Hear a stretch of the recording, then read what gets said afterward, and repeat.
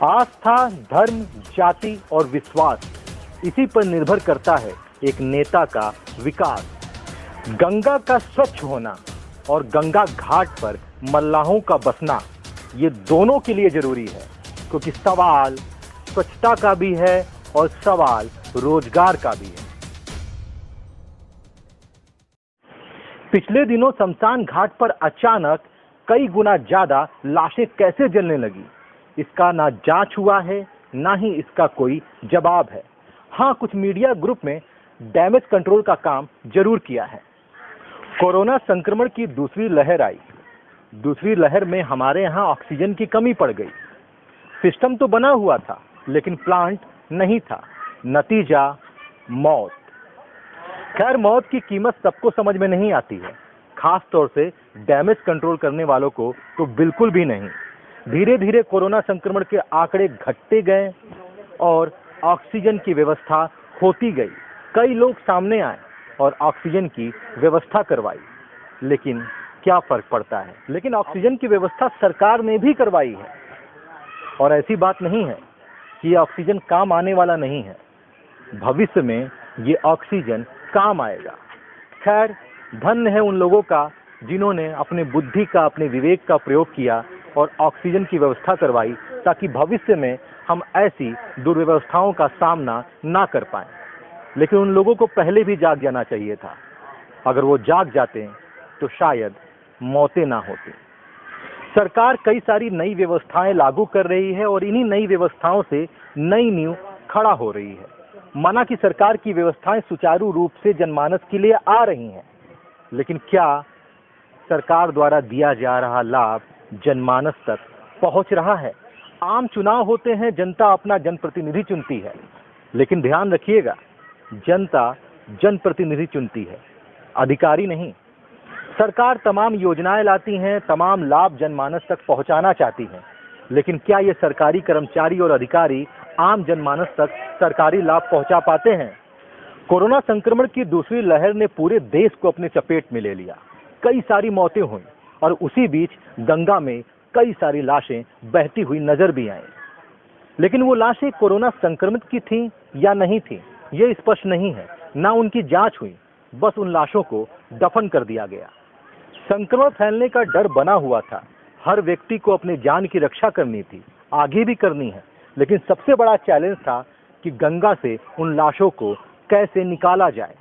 ऊपर से दबाव आया, ये किस तरह का दबाव था नहीं पता, लेकिन गंगा में बहती लाशों को निकाला गया और उन लाशों को निकालने के लिए गंगा किनारे बसने वाले लोगों का मदद लिया गया। वो लोग थे मल्लाह समुदाय से जुड़े हुए और डोम समुदाय से जुड़े हुए। नमस्कार, आप देख रहे हैं एबीटी न्यूज। मैं हूं इस वक्त जवानिया से करंडा क्षेत्र को जोड़ने वाली सेतु पर, और यहां पर जैसा कि लॉकडाउन में यहाँ पर गंगा में काफ़ी शव उतराए थे, और उस शव को लेकर अभी तक जो मजदूरी किए थे नाव, जैसे खबर आई है आज पिंटू चौधरी नाम के जो एक व्यक्ति की नाव लगी थी 5-6 दिन के लिए, उसका अभी तक उसके कहने के अनुसार मजदूरी अभी तक पूरी नहीं मिल सकी है। और यही वो जगह है जहाँ से उतराई थी और यहाँ पर गंगा के किनारे घाट पर तट पर दफनाया गया था। और जिला अधिकारी का निर्देश था कि सबको पूरी मजदूरी दी जाएगी, लेकिन अभी तक ऐसा कोई मजदूरी नहीं मिली है। पिंटू चौधरी खुद बता रहे हैं। कैमरामैन पवन श्रीवास्तव के साथ मैं जफर इकबाल, एबीटी न्यूज, जवानिया, गाजीपुर। अब जाहिर सी बात है कि जब एक मल्लाह अपनी नैया को लेकर गंगा में आएगा तो उसको कुछ मेहनताना दिया जाएगा। गाजीपुर के जमनिया में हुआ भी ऐसा ही। मेहनताना के लिए बात हुई और कहा गया 1 लाश पर 1000 रुपये दिया जाएगा। मल्लाहों ने अपना काम किया, उनकी टीम ने अपना काम किया, लाशों को बाहर निकाला, लेकिन मेहनताना उनको अब तक नहीं मिला। जरा सुनिए। अच्छा, अपने बारे में बताइए, पूरा नाम। हमार पिंटू चौधरी नाम बा और हम नैया चलाओ तने। एक खबर प्रकाशित हुई है समाचार पत्र में कि आपकी नाव लगी थी शव को निकाल के दफनाने के लिए, मुर्दा को। उसमें अभी आप तक आपको मजदूरी नहीं मिला है? अभी नहीं मिला है। तो कितना मिला है, कितनी मजदूरी बाकी है? कई लोग थे साथ में? साथ में लोग थे, हम लोग 4 लोग थे। 3 ठो डोम राजा, 1 ठो मैं था। तो आपकी नैया थी? हाँ, मेरी नैया थी। तो कई दिन काम किए थे? हम काम किए थे लगभग 6 दिन। 6 दिन। 6 दिन में कितनी मजदूरी मिला? मजदूरी हमको नहीं मिला, डोमराजों को मिला, हमको इनाम मिला था, बस वही। तो आपकी खबर आई है, वीडियो साहब से मिले हैं आप, कितना बाकी है आपका? कै रुपया कितनी बाकी अभी है? हमको मिला थोड़ी है कि सर बताएंगे कितना मिला ही नहीं अभी तक पैसा? नहीं, वो खर्चा के लिए मेरे को मिला था 500 रुपया, वहाँ पे तेल भराने के लिए और दिया गया था, पैसा नहीं दिया गया था। तो अपने हिसाब से कुछ आपको बकाया होगा कि इतना एक दिन का मजदूरी मेरा है, दिन भर खटे हैं, काम किए, तो कुछ होगा बाकी होगा? उससे नहीं मतलब है। हाँ। हमारा मतलब है कि हमारी नाव चल रही है, हाँ।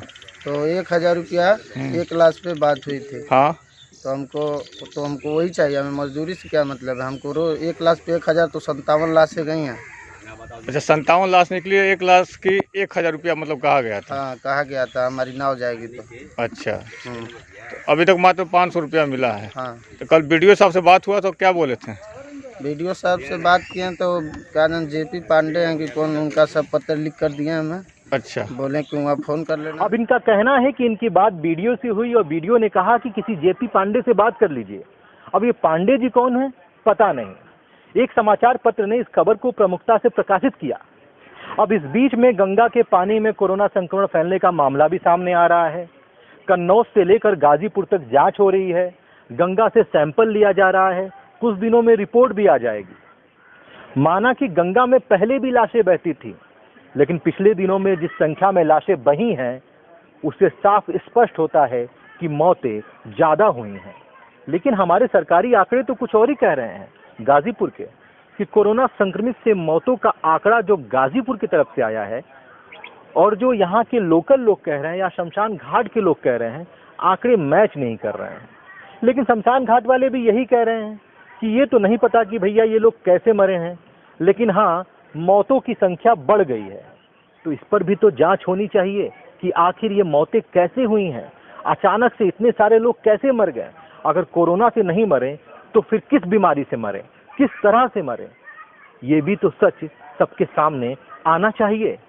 सतर्क रहिए, जागरूक बनिए और समझदार बनिए। देखते रहिए ABT news. Camera person Saud Ansari के साथ मैं हूं अभिनंदन। यदि ABT न्यूज़ की खबरों को देखकर आपको ऐसा प्रतीत होता है कि हम जन समस्याओं को उठाते हैं, हम आपको सही खबरें दिखाते हैं, निष्पक्ष खबरें दिखाते हैं, सच्चाई दिखाते हैं, तो हमारे चैनल को सब्सक्राइब जरूर करें और इस वीडियो को शेयर करें, ताकि ज़्यादा से ज़्यादा लोग इस वीडियो को देख सकें और जागरूक बन सकें। और अगर अच्छा लगे तो लाइक तो जरूर करें।